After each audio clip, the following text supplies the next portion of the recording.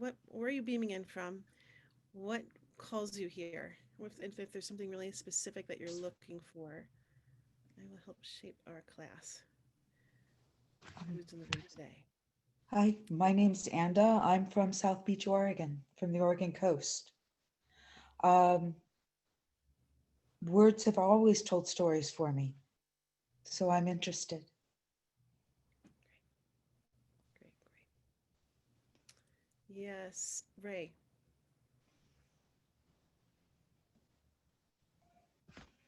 Ray, you're still muted, so we need to take yourself Oh, off am mute. I? I think I'm at. Okay, my name's Wendy. I'm from Ottawa in Ontario. I'm a visual artist, and a big part of being an artist is telling a story. Mhm. Great. So you're looking at the visual part of it. Beautiful. And Ray, are you off mute now? You know what? It says you're off mute, but we still can't hear you. That's no fun. I'm going to read some chat boxes while Ray gets it. Okay. Cammie's saying that she's from Ireland. Hello from Ireland.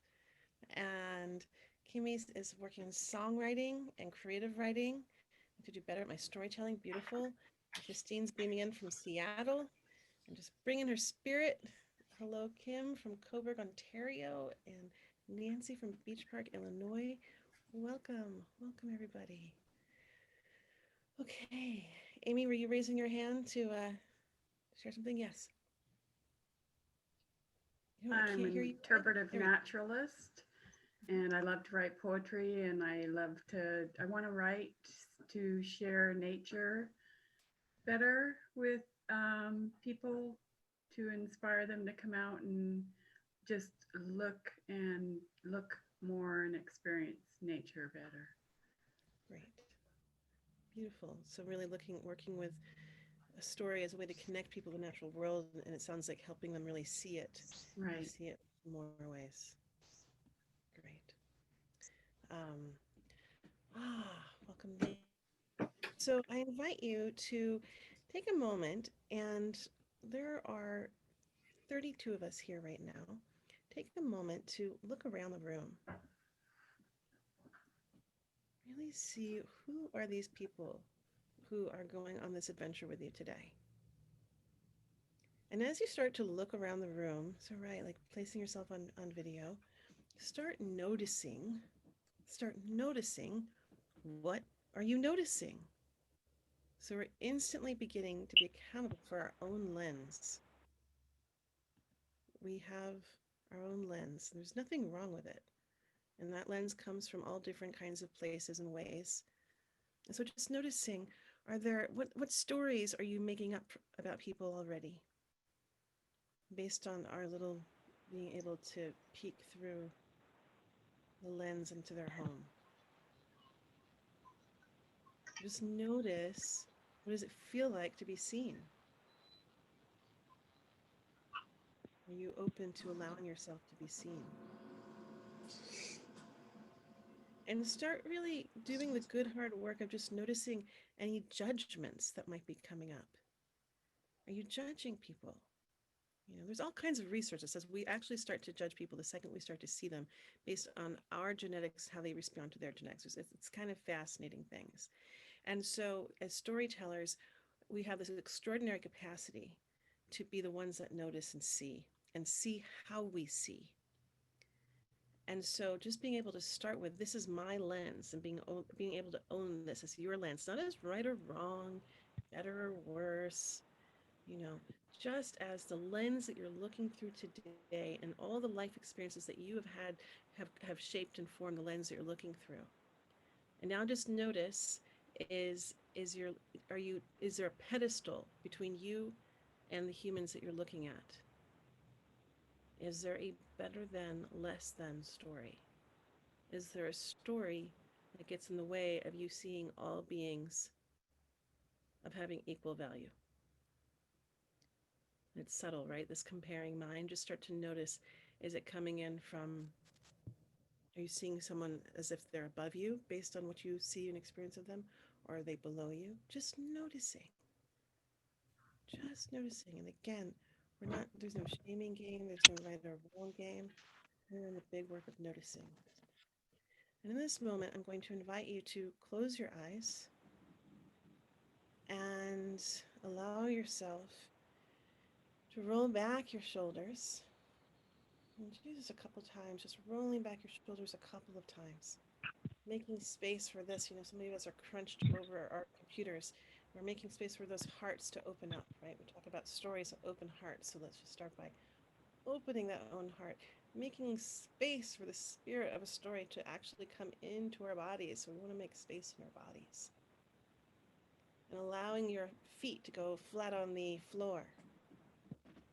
And in your feet, just being aware, can you actually bring all of your awareness to your feet for a moment? You bring all of your awareness, can you actually feel the outline of your foot on the earth?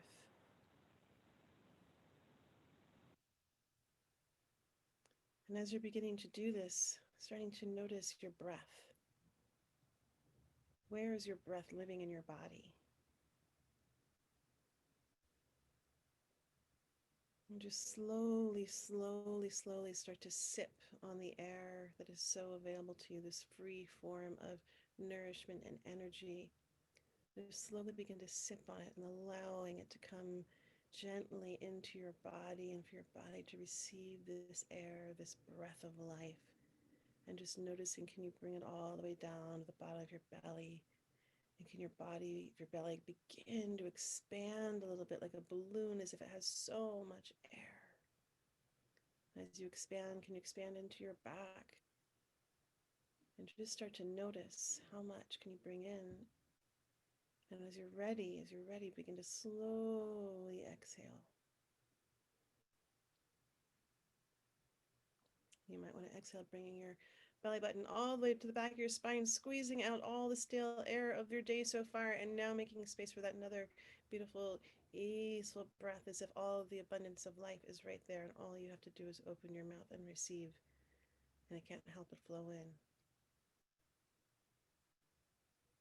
I invite you to continue with this breath for a few moments, and as you do that, I'm going to invite you to also just be aware of how are you seated in your chair today. Are you leaning forward, pushing your way into life? Are you leaning back and kind of avoiding life? Are you slumped over, kind of concave on top of your organs? And before you do anything, just really noticing, what does your body say to you right now in this moment about how you are meeting life? We can tell all kinds of stories, but our body really can't hide out. It really is one of those things that tells so much if we're willing just to pay attention and listen to it. And so now I'm going to invite you into alignment. And what are we doing in this? But we're aware that our body is our tool. It's the vessel for our stories. We're meeting our body as we prepare to catch and be with stories today. And so I invite you to imagine that there's this thin piece of thread at the very top of your head, and it just lifts up, and as it lifts up, your spine can't help but lift up with it with so much ease and lightness, as if there's now space between all of the spinal column, and oh my gosh, your organs now have all this space, and your shoulders can't help but roll back again. And now you're coming into another form of alignment, and now settle into what feels good in your body. That's the other game that we're playing, this form of alignment. What does alignment feel like to you in your body in this moment, in this wild moment of time on this planet? Some of you might need to just lean back and relax. That's what your body needs right now. Some of you may have just opened your heart and were like, wow, I needed that. And some of you might be like, whoa, that's way too vulnerable. And so your work, your job is to do that noticing. What is coming up for you as you prepare your vessel, your tool for being with story today? So I want to give you a couple of quotes as we make our way towards story. And you can listen to these with your eyes closed, your eyes open. My cousin Helen, who is in her 90s now, was in the Warsaw Ghetto during World War II. She and a bunch of girls in the ghetto had to do sewing each day. And if you were found with a book, it was an automatic death penalty. Can you imagine that? If you were found with a book, it was an automatic death penalty. And my cousin had gotten a copy of Gone with the Wind, and she would take 3 or 4 hours out of her sleeping time each night to read. And then, during the hour or so, when they were sewing the next day, she would tell them all the story. These girls were risking certain death for a story. And when she told me that story herself, it actually made what I do feel more important. Because giving people stories is not a luxury, it is actually one of the things that you live and die for. That story, that quote is by Neil Gaiman. Let me give you another quote. We think we tell stories, but stories often tell us. They tell us to love or hate. They tell us to see or be seen. And often, too often, stories saddle us and they ride us and they whip us onward and they tell us what to do and we do it without questioning. That's quite a quote. I don't know that I agree with that part that we do it without questioning, but this is what's in the quote. The task of learning to be free requires learning to hear those stories, to question those stories, to pause and hear silence, to name them, and then become a storyteller. That quote is by Rebecca Solnit. And I like beginning with that quote because it gets right to the start, It gets right to the start of saying the process of a sacred storyteller, that if you can't see a story, and if you can't name a story, then how can you be conscious about what role you're playing with a story and what a legacy you are consciously or unconsciously leaving behind through the stories that you tell? And so it speaks about the journey that a storyteller goes through. So here we are in a webinar. Thank you. Welcome for being here. What a pleasure to see you from all different places, from Pittsburgh to Ottawa to Ireland. It's a pleasure to see you. Please know that I like to look at you guys while I do this class. So I will have my eyes on you. If you're someone that has to move around and do the dishes and do all that, I'm going to invite you to actually give yourself a vacation for the next hour, to allow yourself to truly rest and receive and get everything that you can from this time. And so I like to begin oftentimes when I actually tell a story. I I I, I work with what has come to me as to be known as the storyteller's prayer. And this just came to me when I first started working with story. And the storyteller's prayer goes like this. May all the words that need to be heard be spoken. May all the words that need to be heard be spoken. I say that part of the prayer for you, for the story catchers, for the people who I call the co-creators of stories. You know, may what needs to be tended in your inner being, may what is coming alive in your soul right now, may the words that you need to hear, may they be spoken. And the other part of the prayer goes like this. May all the words that need to be spoken be heard. May all the words that need to be spoken be heard. And that's my prayer to the muse, to the guides, the ancestors, to that creative life force. Those beings that are showing up in service to us today in terms of answering our great prayers of living the greatest life that we possibly can live. And I say, oh my gosh, may the words that you need to be heard, may we hear them. May they land in good ears that can carry them forth and live them into the world.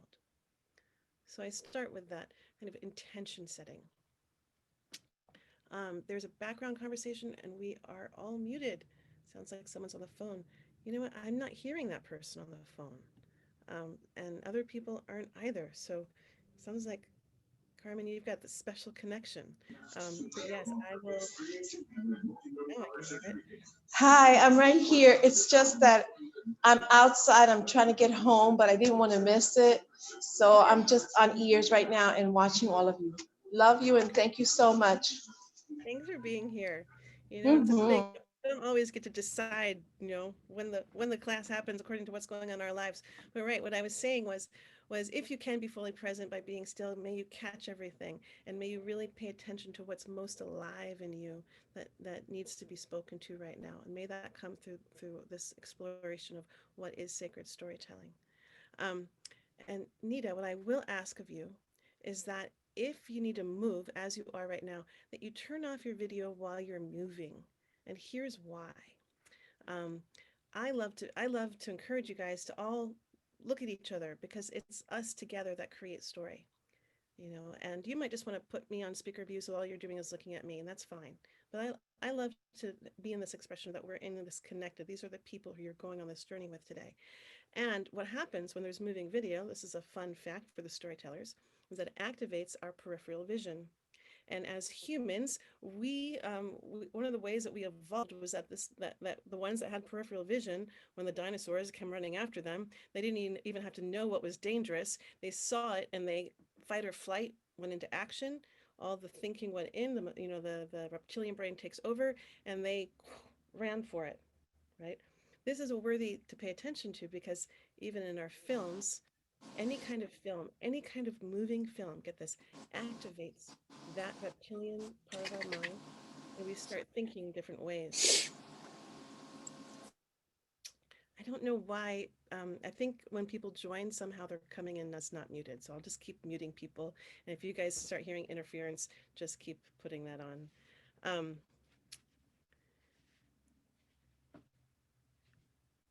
Coming in at a very low volume. I don't know why that is. That's so annoying. Can you hear me now? Yeah. Okay, great. I'll just talk really loud and you guys will tell me if you can't hear and then we'll adjust accordingly. Okay. So here's what we're going to do today. We are entering into a conversation and exploring story as the landscape, looking at story in the art of sacred storytelling. So we're looking at it through a different lens. Okay, we're not looking at story as marketing or trying to sell something or trying to even convince someone of anything. We're looking at story as a tool. We're looking at story as a sacred art. And we're also making our way towards looking at what is it if story were a tool for healing. And I'm going to use the word transformation because so many people understand that word and are using that word. I'm also going to say that as any story geek, it can't kind of help but be a word geek and be wary of this word transformation. Be wary of this word transformation and really understand what it means and what you're praying for when you say you want to be transformed. Transformation, it means changing form. Changing form. So think about the butterfly. When the butterfly is, inside the chrysalis, I don't know if he's having a party saying, "Yay, transformation! This is so great." He's like, "Oh my God, it's the great unknown. I'm in the great mystery." So when we pray for transformation, just understanding you're praying to have everything that you knew that you were be changed.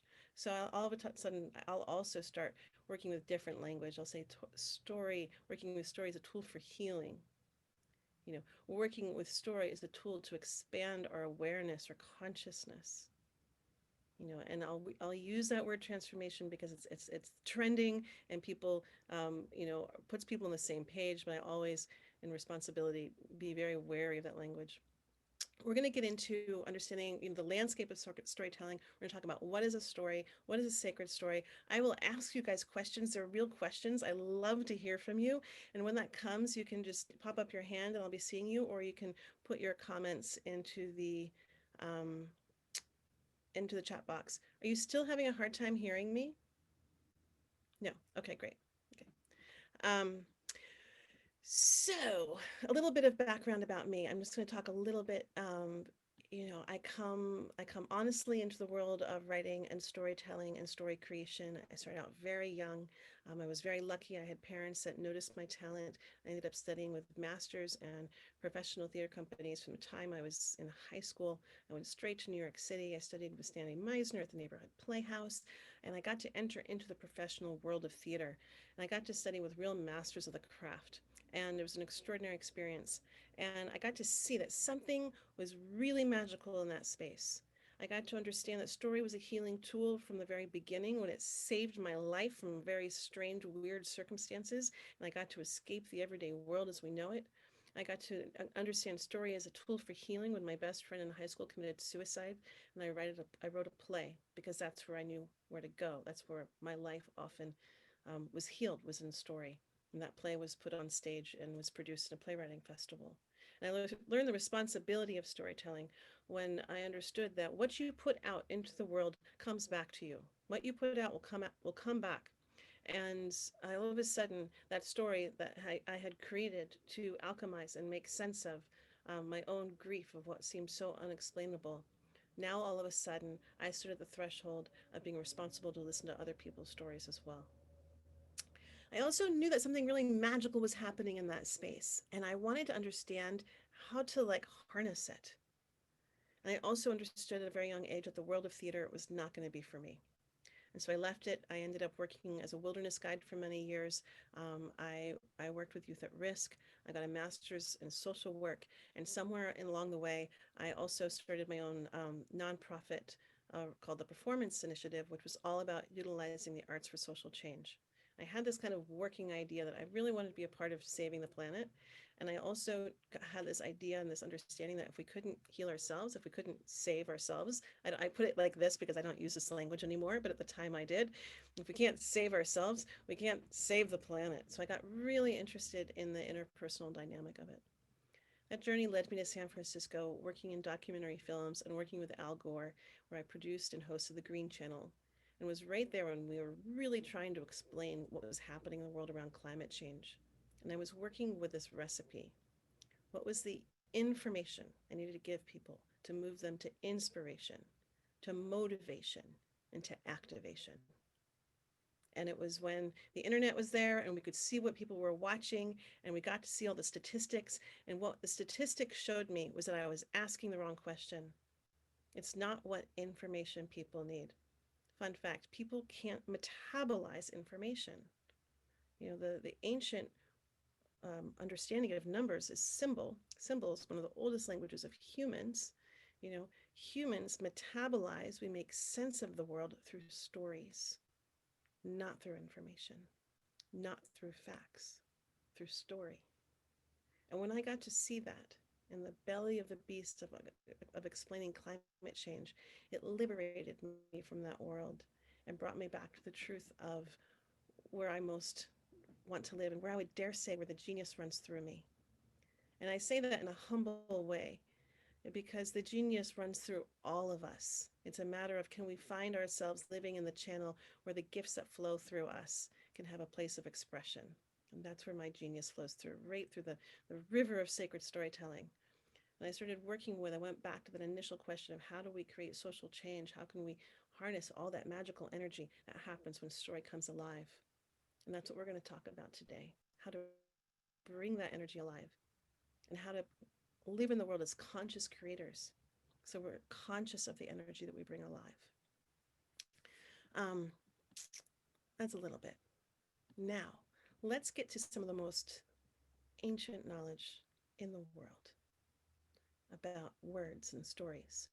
The Hawaiians believe that words are so powerful that they can raise enough energy to slow the world or to set it into motion. If you ever have a chance to go see hula, and you'll get to see an indigenous culture that has not lost their relationship to understanding what it is to embody the words to such a degree that they understand just how powerful their language is, that they can call the rain. Sicilians believe that words poke holes in the universe. And I always think about that if I ever feel myself entering towards an argument that words, words can't be taken back. Australians say that the words from the past must be sung to the present in order for the future to exist.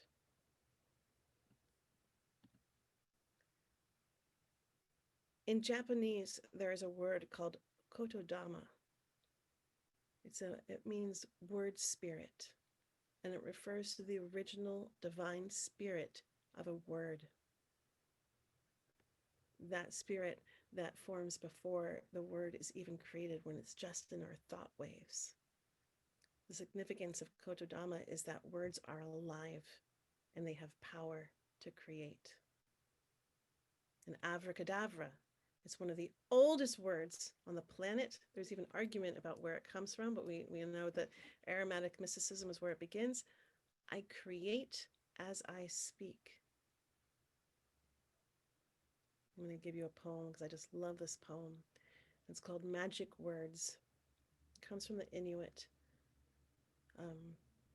It was translated from the Inuit tradition by Edward Field.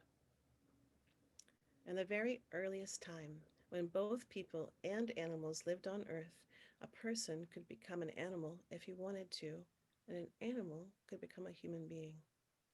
Sometimes they were people and sometimes animals, and there was no difference. All spoke the same language. That was the time when words were like magic. The human mind had mysterious powers. A word spoken by chance might have strange consequences. It would suddenly come alive, and what people wanted to happen could happen.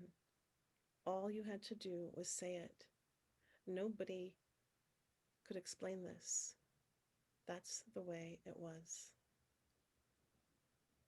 So we see from all these ancient traditions that there's a real knowledge and knowing to understanding about language in a way that many of us weren't raised to understand. And so I invite you into this exploration of how you use language and words and understanding how powerful you are when you use them. And aren't we seeing this in our world right now? Aren't we seeing the power of language and stories? And whether or not, and we're in a world of true or not true, right? True or not true is so not our, we you know, that we are beyond that. Oh yes, that was Rebecca Solnit, was that original quote, or one of the quotes that I read.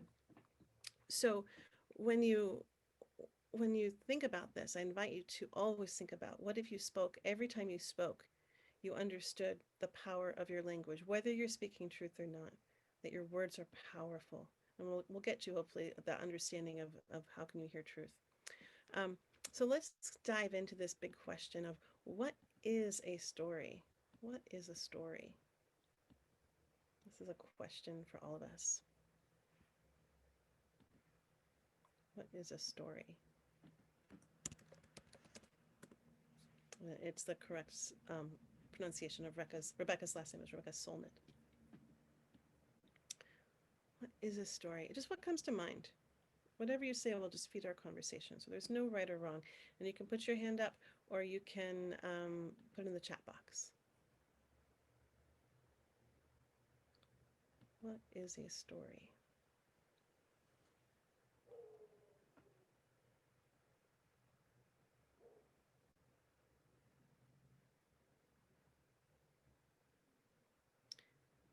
And one of the ways you can think about it also is just allowing the eloquence, what wants to just ride right on through you. Ron is saying that it's an experience. You guys are all typers, okay.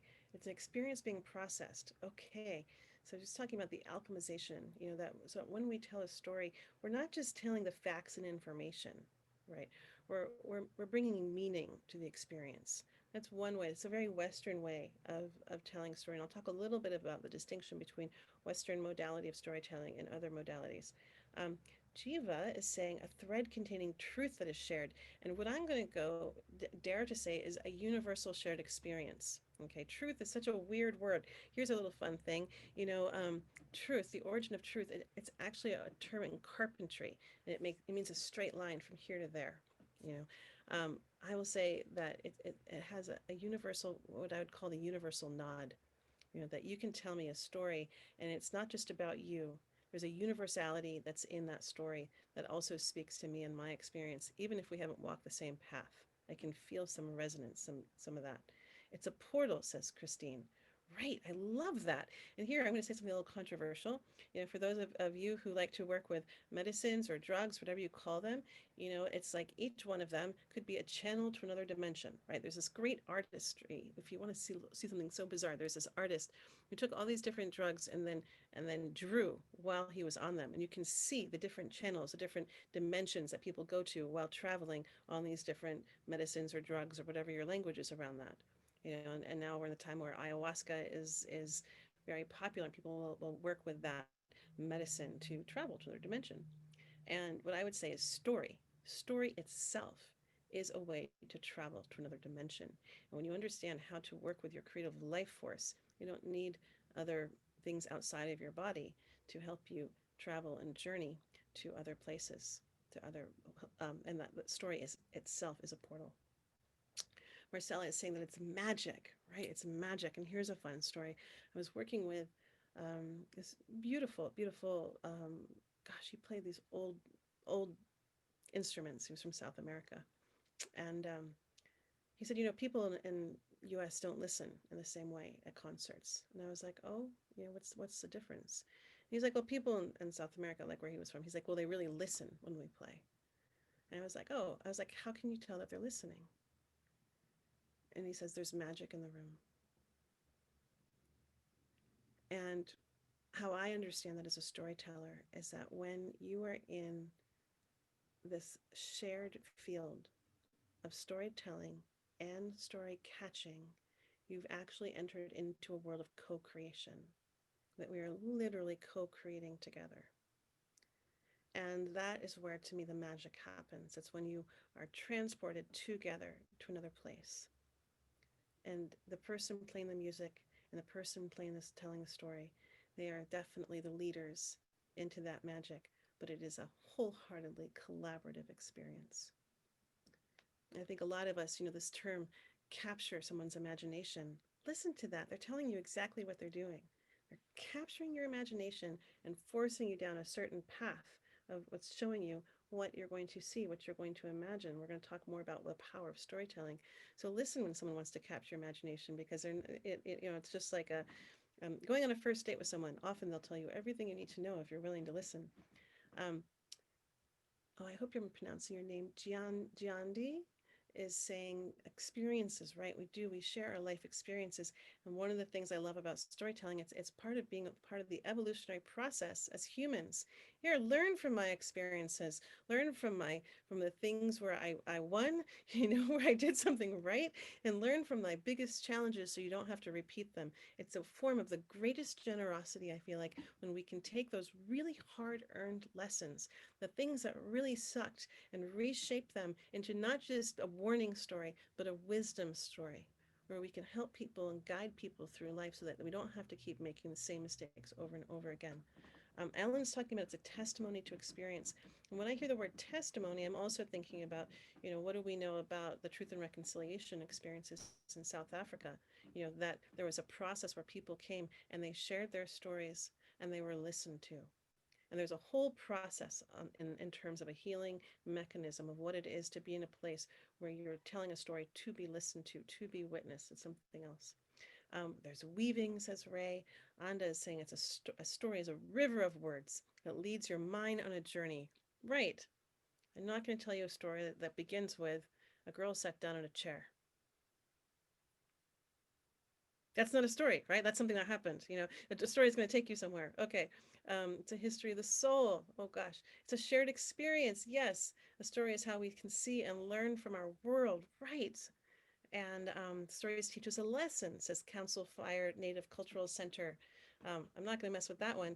Yeah, right. Like stories can they can absolutely, they can teach us something. And there's a whole art of teaching stories that's been lost.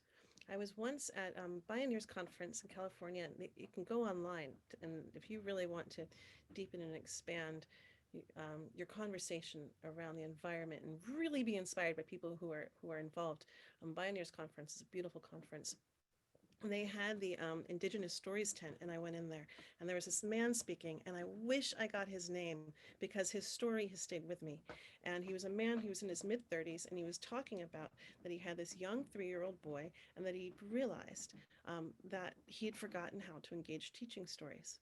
And he knew because they would go to ceremony, and his little boy would cut in line, and he was taking food off of people's plates, and his father, he was so embarrassed, and he kept saying no, no, no, no, no, no, no. And then he realized that he had forgotten to employ the story as his ally. And that night they went home and they sat down with his son, and they created a story about good otter and bad otter.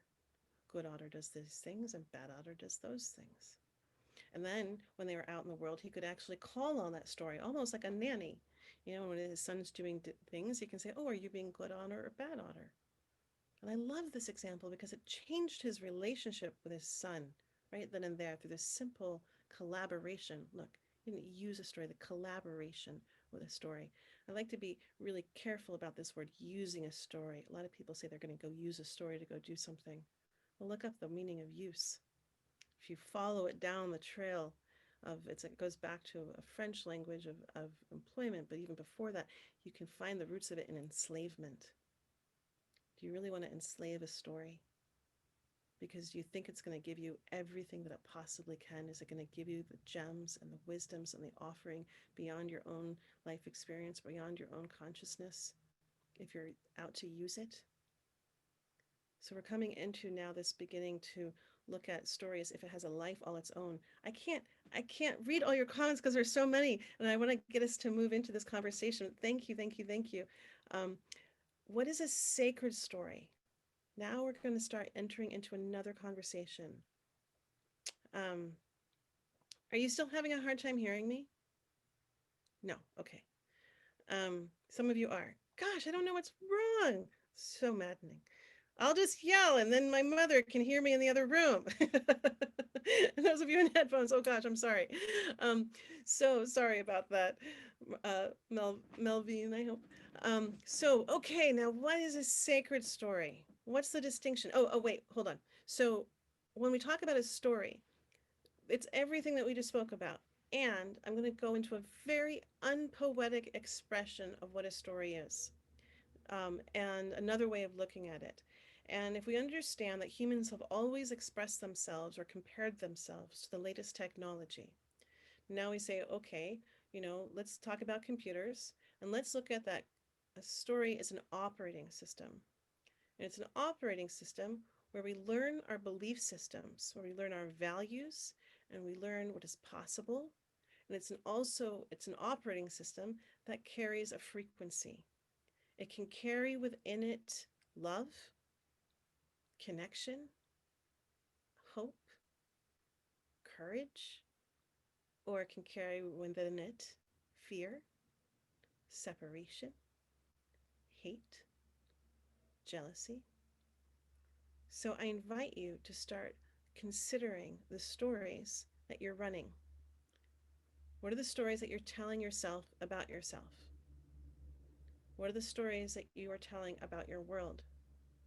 What story do you invite to the dinner table each night? I wrote a story about Corona, and one of the things that came out in this story, and I love how stories can say things in such a beautiful way. They talked about Corona as being a very, very powerful, powerful entity. And one of its superpowers is that it could get into homes without walking through the door. Right, Carrie got it. Just through our stories. How many of us have been living with this virus without it being in our body, and yet being in the stories that we tell? So now, okay, if we're playing with that, now let's say, okay, now what's a sacred story? What's the distinction? There's no right or wrong answer, just like kind of what comes to mind. And you can play at that eloquence. What is eloquence? I learned this from Stephen Jenkinson. It's not about being clever or right. Eloquence is about being able to take a nice deep breath, feel yourself connected to the earth, open to that creative life force, and allowing it to flow through you. And it's a way of opening to more and beyond just the ego mind of what you think you know. Dominique is saying a sacred story is a story that appears in the silent of our being, is received in the silence of ourself. That's beautiful and poetic. And you're speaking to what happens, so what I'm hearing is you're speaking to, Dominique, is this real intention for deep listening. So you're listening for something other than just the egoic mind or the spinning thing, the story that you know all the time. Carrie's saying that a sacred story is a story that tells a tale of caution, and life lessons may be learned through it. So what I'm hearing you say is that a story has an offering, and it's here to guide you. It's not here to take you off course. So now you're saying, oh, well, a sacred story, it has a purpose, it has a mission. Okay. Nilda says that it has hope and faith in it. Patricia says that a sacred story helps our minds and hearts and souls to acknowledge and connect with creation. Oh, this is very specific. She's saying that's connecting with creation. So now again, we're talking about what is, what one calls creation. Someone might call a creative life force. Someone else might call the same thing a muse. Someone else might use the same language as ancestors or guides or God. I'm not going to get caught up in what language it is. I'm just calling it the creative life force. But, so we're saying, oh, a story is that when we talk about that portal, it's a connection to the other piece, that other life force beyond our own. Una is saying a sacred story is a sharing of the soul, right? Again, we're talking about a form of generosity. So a sacred story comes with a gift to give. Donna is saying a sacred story comes from our personal guides, right? So again, it's not just the story that I think I know, or that's mine alone. Marcella is saying that honors man, woman, world, and universe. Oh my gosh, and now the sacred story is big. It's a really big story. Sacred story is timeless and contains the breath of the divine. It teaches higher principles. And each of us has our own sacred story, says Melvina. I love that. And Heather is saying that sacred stories are filled with the soul, told in different ways around the world. Yes. Great. Okay, so now let's look at this. We're in this deep conversation, and some of the things that we're hinting to is that sacred story has a life force within it. A life force within it. And so when I think about what it is to collaborate with a sacred story, and Dominique, I think, said that we all have our own story. We all have our own sacred story. What would it be if I was to tell you a sacred story about my first love relationship? Okay, so there's a certain part of the story that I already know, right? I know who I got into a relationship with. I know it felt good. I know it hurt. So that's where those are my ego expressions, my human expression.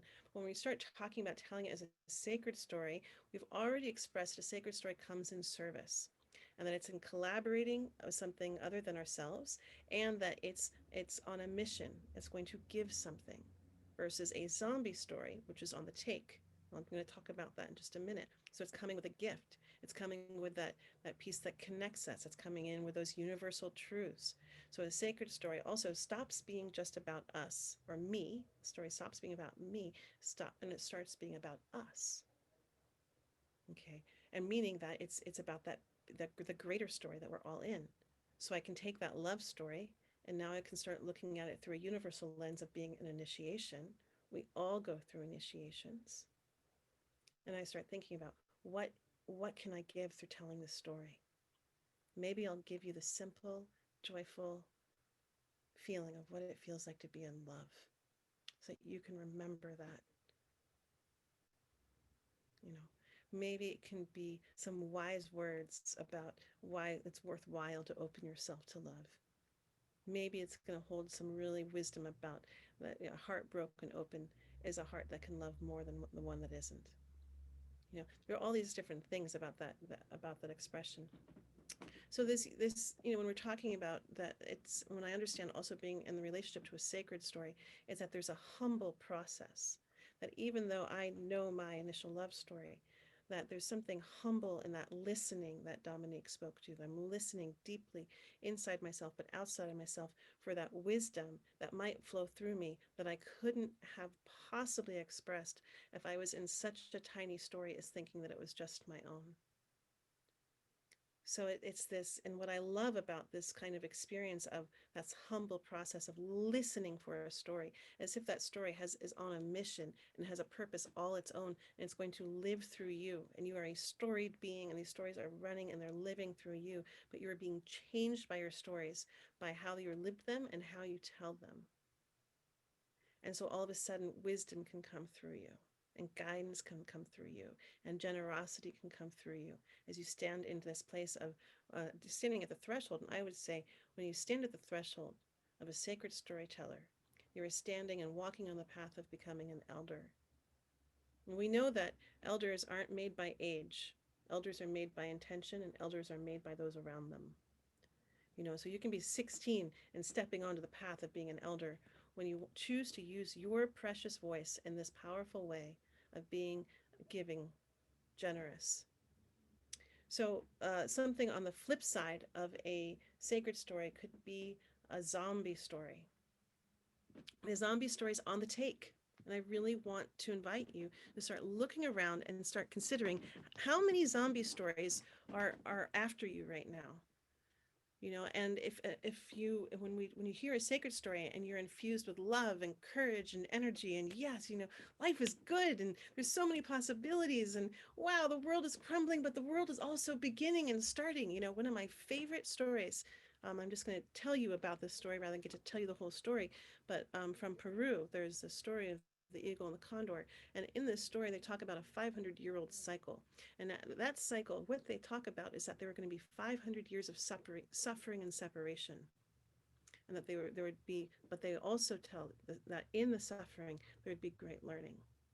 And that after those 500 years, there would be a new 500-year cycle of connection, of beauty, of joy, of people reemerging to their relationship to the natural world and being able to hear, once again, the voice of the earth and live in alignment.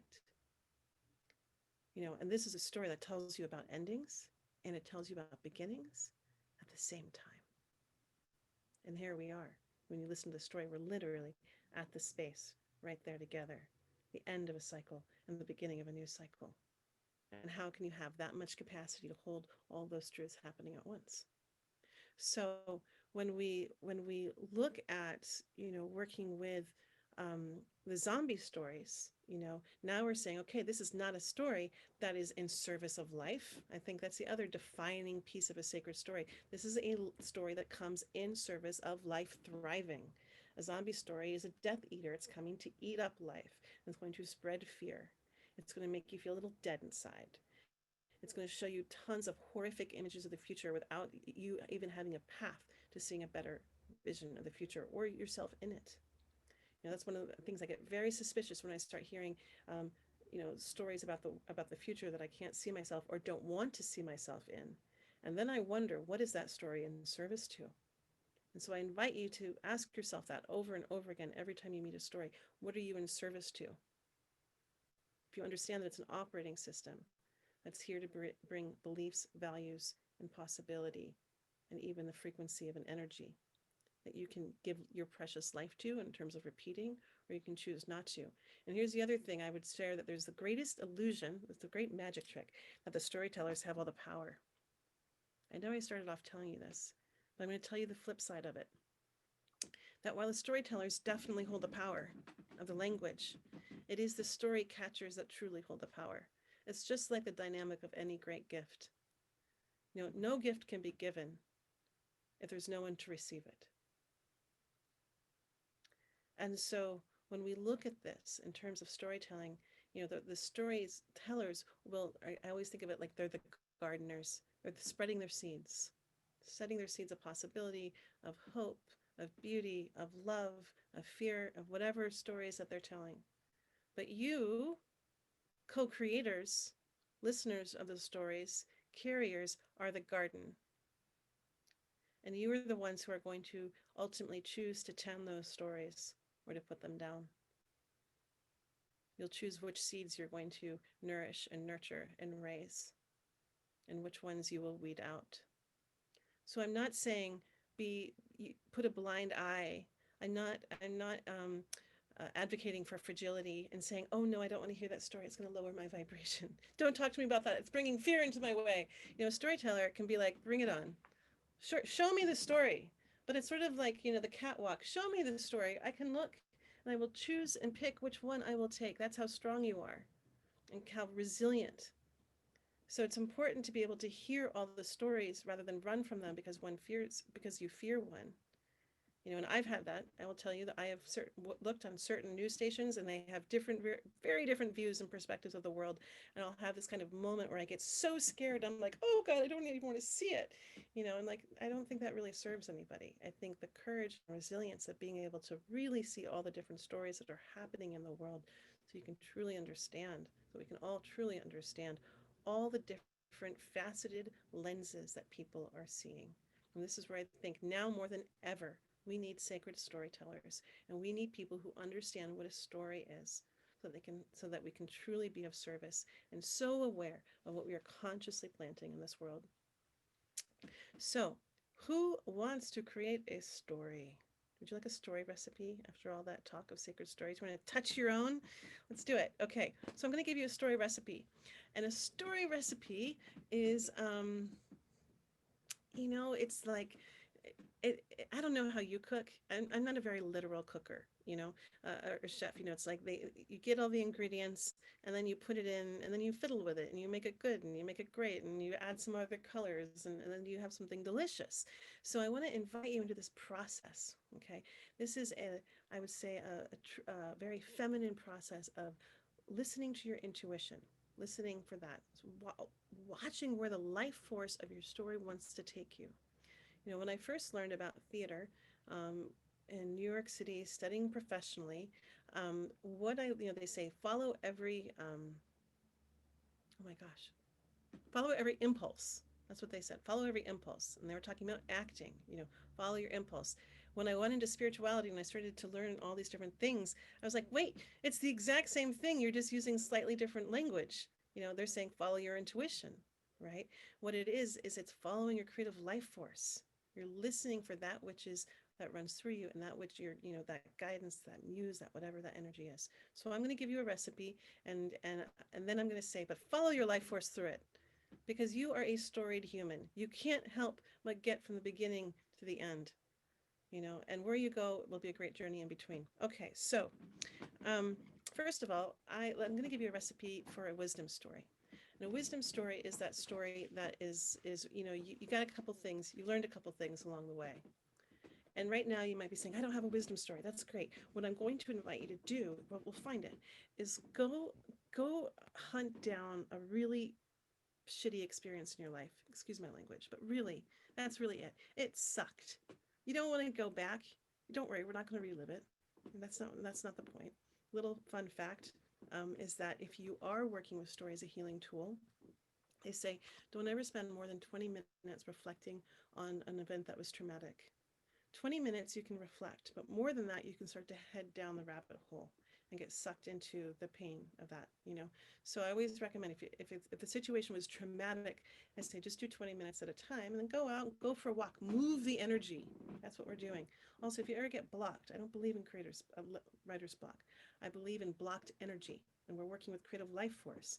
So when you get blocked, it's just blocked energy. Don't make a big story or the trauma of it, or oh my God, the muse, she's not inspiring me. Don't just get up, move your body.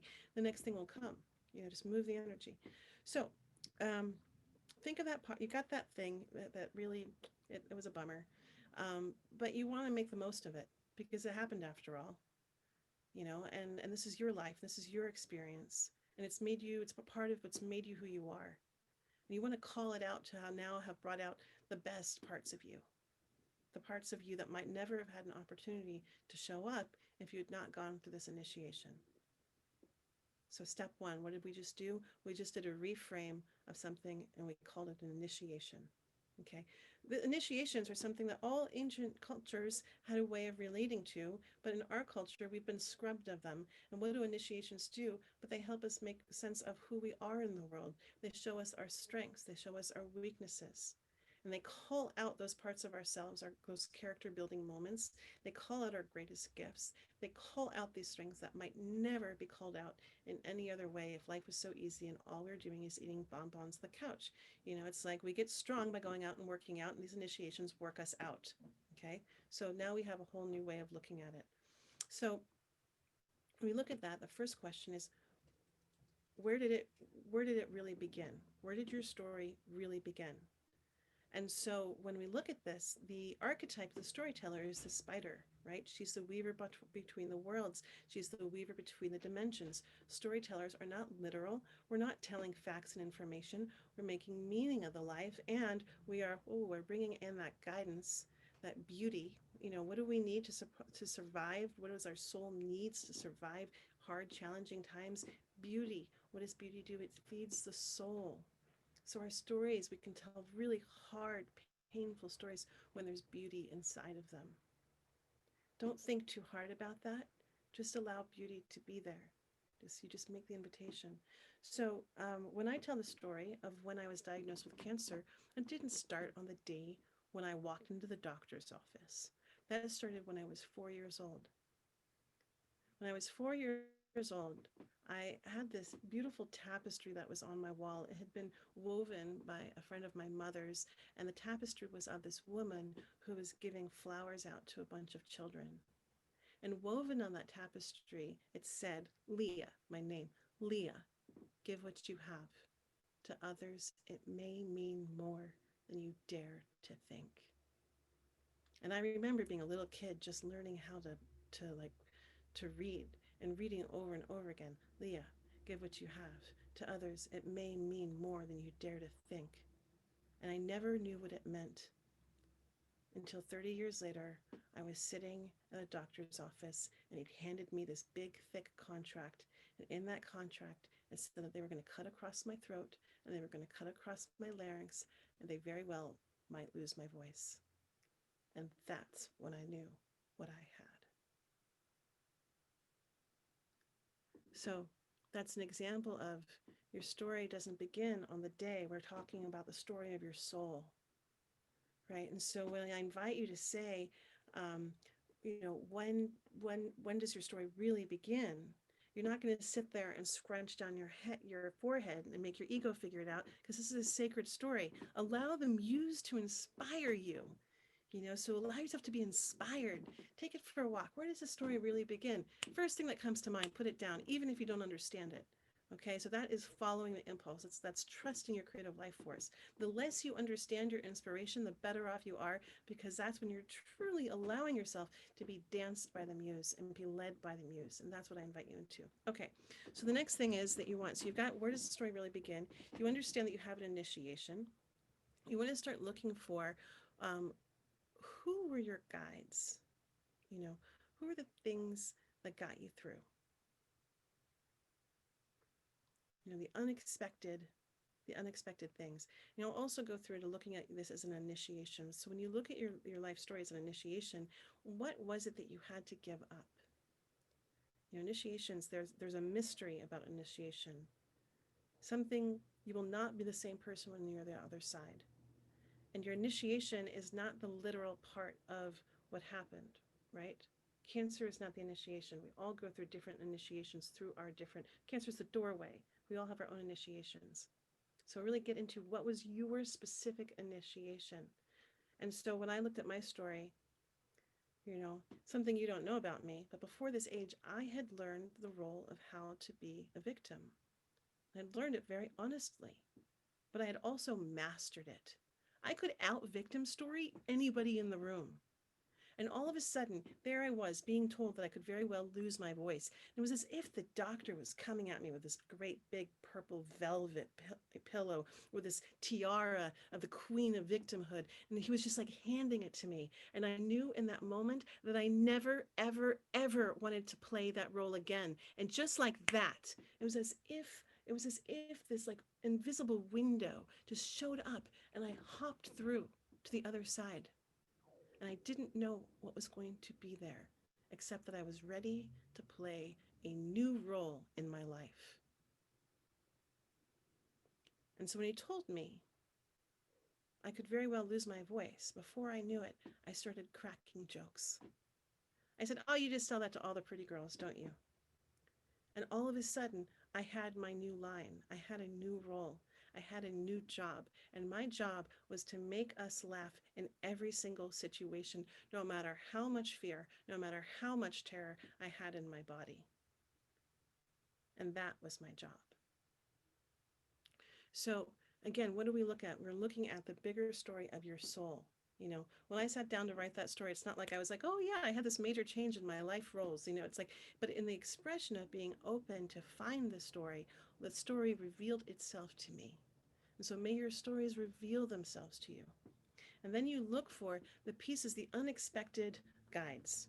And so every, all the journeys, you're going to have the fairy godmother, you're going to have the Yoda, you're going to have something outside your family system. This is a very key part to almost all old stories, that somebody outside your family system helps you discover who you are. And so allow yourself to be surprised because they were there, even if you weren't able to recognize them at the moment. This is where hindsight's 2020. We can see the things, we can experience the things that we didn't get in the moment. And so in this case, my guide was a garden. See, when I came out of that hospital, they had given me so many drugs that I was actually on speed. And I didn't know this. And I just like hopped out of the hospital and I called up my friends and I said, let's make a 70-foot circular garden. And they're like, Leah, you're crazy. You just got out of the hospital. And I said, I know, I've got all this energy. Let's use it. And so we did. And then after a while, I fell into a deep, deep, deep depression. And I was exhausted. But I had that 70-foot circular garden. And every morning I would go in and I would give my gratitude. I would be grateful for my life. And I have to say, I didn't know anything about gratitude before this time. That garden taught me that. Being with the land taught me that. As I walked out, I would walk out with my prayers. And I didn't know a thing about praying before this experience. And I prayed for my life. And those prayers are what brought me here to you today. And that much I know is true. So again, you let your story reveal itself and you allow your path to be revealed, one that you might not have gotten to see if you didn't take the time to listen so deeply for the story that's being lived through you. And so you can allow it come to an end, which it will. And I will catch your question in a moment, Anda, if that's what your hand is doing. No, okay. Or you can finish very quickly with a story blessing. So I just want you to know, I wrote that story in 15 minutes. The first time I ever told it. I did it for a story competition and it was just there in 15 minutes. I had no idea what it was going to be. I had a prompt and boom, it came through. So I say that because you can do the exact same thing.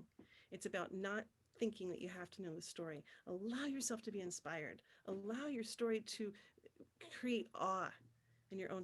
Allow yourself to be like, wow, I had no idea that that wisdom was even in me, but look at that, what I have right now. Allow yourself to have fun. And now you want to end the story because you have to. And what you're going to do is you can end with a story blessing. I learned this technique from Carolyn Casey. She learned it from John O'Donohue. John O'Donohue is an amazing Irish mystic. If you don't know of him, go soak up his everything. And it works like this. It's if then. Okay, so you think of your story, you think about the metaphor that it was, and then you deliver something. So if you find yourself on a dark, dark night, walking through the forest, and you've lost your sense of smell, and you've lost your way, and there's no light coming through, and the fear of being alone is eating you alive, and you're not quite sure you're going to make it to another day, then, may you find yourself in a place in the forest that is open to the skies, where the moon casts her light above you and you can see the truth of all that you are, and you can see the path to where you are going, and you can see and feel and know the truth of all of what you are, that you are not alone. You ended with a blessing, and nobody's paying attention to that you didn't finish your story just right. Okay, you did it. You called on this old way of talking story. Okay, so we are at the end of our hour. And if for those of you who just wanted to get a taste of sacred storytelling and get a taste of how to allow and be in relationship to the stories coming through you, we are complete. And for those of you who caught the scent of something that seems really fun, and you want to be part of a sacred storytelling community, and you want to learn about more ways that you can engage with it, I will stay on for a couple more minutes and I will talk to you about that. And then I'll also take any questions that people have, either about this class or about more classes that you can take. But I'll also end in good style. And we end with a quote. And the reason why we end with a quote and we begin with a quote, as it's like when I bow to the Tai Chi master, I'm not just bowing to him, I'm bowing to all of those who have come before him, of coming to his teacher and to his teacher's teacher. And it's a way of taking your place in the line. So I always invite you, when you talk story, honor where your stories come from and honor those who have come before you. And it strengthens your spirit as you call on all of those beings. And so I'm going to read a quote from you. It's from one of my favorite teachers who I've had the great honor of studying with, who has brought so much to my understanding of language and story. And here's what he has to say. Act as if you are people of consequence, so that I can treat you as such, and that you matter. What must have happened to people who unconsciously agreed that the best presence in this world is to have no consequence in this world? I'm going to say that aloud again. What must have happened to people who unconsciously agreed that the best presence in this world is to have no consequence in this world? It's a velvet gauntlet, this idea of being of consequence. It doesn't clink when it hits the ground, but you can feel it. It would be proper to proceed that there is consequence to us being here. And that quote is by Stephen Jenkinson. And so may your stories be of consequence. May you know the consequence of your words. May you know the incredible value of your voice. And so with that, I'll also just put that quote in there for any of you that wants to pick it up. And now I'm just going to tell you a couple of ways that we can play if you are inclined to do such a thing. You're welcome, Heather. So I can give you the lowest hanging fruits, and then I can tell you like how to get to the biggest buffet. And so I'll start with the lowest hanging fruits. So if you're someone where you're like, wow, this whole idea, I could use some more story prompts. I just want to go off. I want to write by myself. I want to create. And I want to figure out how to do that. I have written a couple of ebooks that will send you on your way, and you will get to write all kinds of story prompts and creativity prompts. And I'm realizing that I normally set up my links so that I can just drop them in, but I can't right now. I didn't set them up. So I'll tell you about them. And then what I'll say is look for the emails. It's going to come out just in a couple of hours, and you'll see links to all of this. But you can also go to my website and get almost all of this. So the lowest hanging fruit, if you're just saying, hey, I want to touch it. I want to touch creativity. I also want to join a creative storytelling community on Facebook. I have a Facebook group called the Story Sanctuary. And it's for people who want to be in this kind of deeper, more considerate way and of being in relationship to storytelling as a sacred art. And so we're there sharing inspiration and ideas. If you're someone that says, I want to touch it, but I just want to kind of study it on my own, then I invite you to, I have a 4-part audio class called Myth, Magic, and Medicine, Storytelling for New Paradigm. It introduces you to my modality of working and understanding the stories, your power as a storyteller, and working with your stories as medicine. If you want to feel and just touch an esoteric form of storytelling, I do a form of storytelling called soul stories. This is an ancient form of mystic storytelling where I divine a story in the moment, and we all get to have a very fun, collective, interactive conversation about how that story is living in our psyche. So it's a little bit Jungian. You get to play with the archetypes, the symbols, and you get to experience what it is to journey with a story. And I do that once a month. It's called the Hour of the Wolf, and that is something that is I think the next one's on January 15th, and it's coming up this Friday, and it's a 1-hour experience. And then one other thing I'll just say, if you just want to touch your toes in. So I think on the 28th of January, we're having our very first story jam. So this means that all the alumni that have been in classes over the past years, some of them are going to come and we're going to pick names out of a hat. You're going to hear some stories that are told through this lens and get to be part of the community.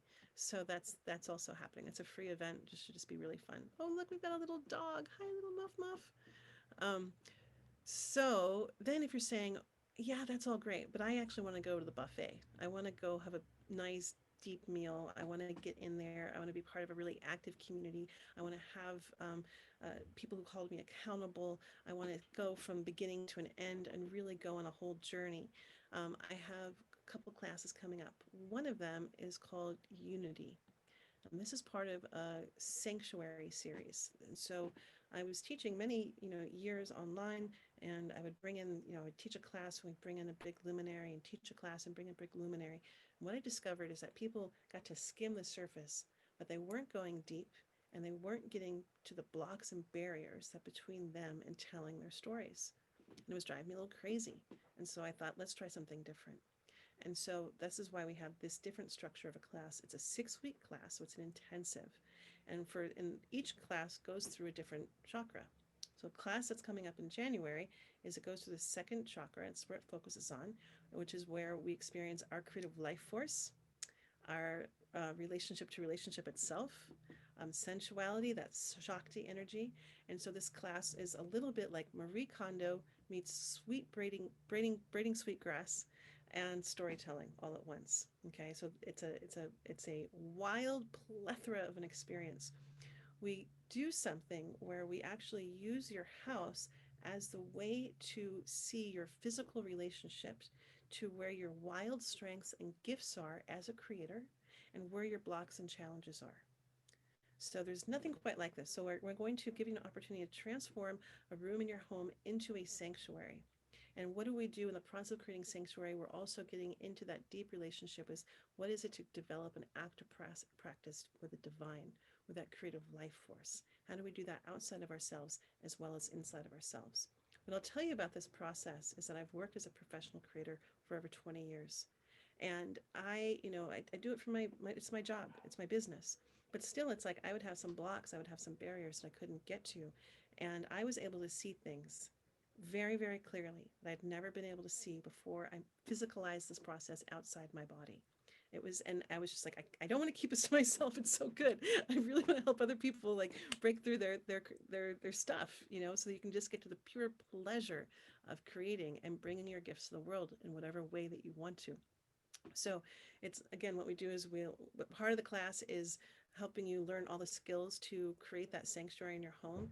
Then we're taking everything that you find and we are metabolizing it, alchemizing it, transforming it through creativity and through the creative exercises and through storytelling. So that's the arc of the class. We bring in a bunch of guest teachers. We've got 3 amazing guest teachers. Kate talks about living eros, how to create that eros erotic relationship with the self. So she's a guest teacher where you get to really look at your own relationship to your own body. We'll have Polina, who is from Eastern Europe, and she's going to bring us some of the oldest, most ancient fairy tales, and she's talking about the soul of sacred storytelling. And then we also have um, Taya. And Taya's going to talk to about you about with us and take us on a journey to developing relationship with our ancestors. And so you might be thinking, wait, this is a class about unity, and this is a class about our second chakra and our creative life force, and you're talking about eros and ancestors. This is so bizarre, and that's what it is. We're looking at how do you understand that to tell your story, it is such a multidimensional experience. And so how can we be active in our bodies, active in our expression, and actively living the change in our homes and our physical lives to really have that creative breakthrough? So the theme of the class is unity. We're looking at our relationship to love of self, love of other, love of land, and we're working with creativity as the vehicle that takes us on that journey and helps us come through an alchemical process. On the other side of that class, we take 2 weeks off and then we go into teaching stories. We take everything we learned and we just work on creating one story from beginning to end. And you get to write it, you get to workshop it, and you get to tell it. And that's a really fun class. So those are the 2 big classes that are coming up in January and February. And then they have one class that's coming up at the end of January called Claim Your Story, Claim Your Life. Claim Your Story, Claim Your Life. And that is looking at the arc of working with story as a tool for healing. So if you've had a really traumatic experience, or if you're living something in your life in a way that you don't want to be living it in that way, this is a way for us to come in and play with it. So it's not therapy, but it can be therapeutic. and we're really working at that creative life force to bring ourselves alive, to activate that intelligence that lives inside of us, that comes through as inspiration and activation. So there you go. That is what is on the table, my friends. Um, and if you have questions, now I will answer questions. If you want to pop something, if you want to raise your hand, or I'm also seeing, I see that Dominique had a question. I have a question. I receive poetic stories with very little actions. They seem like nothing happens, but there is such a presence to them. I once thought that they were not interesting to others than me. They're a sacred thing. So, right, sometimes we give a transmission through our stories. There's something that happens, and just sometimes we don't have to define everything. You talk about the coaching you offer. Yes. So I do one-on-one coaching with people, and I tend to call it story priestessing. And this is really for people who are on a committed path of creation. They want someone to really help take them over, you know, help get them past a block that they can't get through themselves. So it's a situation where I work with you on a lot of different levels, and help you understand, where your barriers are, where your blocks are. I give you a lot of like specialized, creative exercises based on who you are and what you're working with and what's in your way. And we also really help look at, what do you uniquely need in order to fully thrive. The thing that I forgot to tell everybody is that if you are feeling like, oh, right, oh my gosh, what about a personal soul story? You guys are so much better at promoting my work than I am. Thank you, Carmen. um, so I also do a work called Soul Stories, and these are one-on-one sessions. And you can learn about this at medicinestories.com. And this is that process that I mentioned where I divine a story that happened in the moment. It's a way of reading your field, and we look at what are the symbols, what are the metaphors, what are the archetypes that are being lived through you or are available to you that you might not be fully accessing, but are actually in your field. And it's another way of getting to see and understand your life and where you're living in your psyche and your consciousness. Um, Oh, right. I know. And Kristen has amazing intuitive art classes. I love her. And she does something so fun. You guys are great. This is a team effort over here. I have a lot of different guest teachers that come in, and Kristen is the only one that is a regular who comes and teaches her own class on my platform because people love her intuitive art classes. And it's another way of playing with your creative channel. And so what about group coaching for creating a story? So Jiva, if you're like, I have a group of people and I want to get together and I just want to create with my friends, I've had a couple people who've called me up and asked me to come in to do like private sessions with their groups. In terms of like working with small groups, I run a group every year. It's called the Artemis Circle, and it's for an advanced group that wants to work on performance. And that one has already started. So the next one will probably start next fall. Um, and then the teaching stories, that's going to be a place where you'll get some group coaching, where you can actually work on a story from start to finish, and you'll get support from your allies, but you'll also get real coaching from me. And any other questions?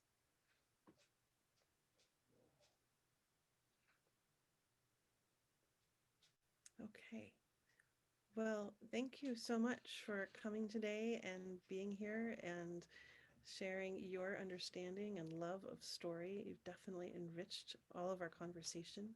And I invite you to all take yourselves off mute and say farewell to each other. And we'll see you one way or the other. Oh, this is what I was going to tell you.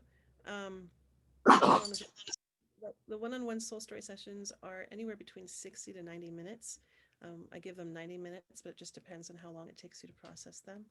And anyone who registers for Unity or Teaching Stories by tomorrow will also receive as a bonus my library of sacred storytelling classes from master teachers. So this is over 33 hours of additional classes, videos from everyone from Charles Eisenstein to Michael Mead to Carolyn Casey, just real amazing people who've come and been guest teachers in these programs in the past. So it helps you if you're catching the whiff and you want to take a class. That's also, it'll just deepen and broaden and widen your conversation. Thank you, everybody. You can take yourselves off mute and say goodbye and say farewell and have a lovely day. Thank you. Thank Thank you. you so much. Bye. Thank you, Lee. Really appreciate it. It was wonderful. Thank you very much. Fantastic, really. Thank you. Yes, Carmen, all the classes are recorded and you receive them within a day. So, Aloha. aloha. Aloha. Aloha. Okay, so we leave the Zoom.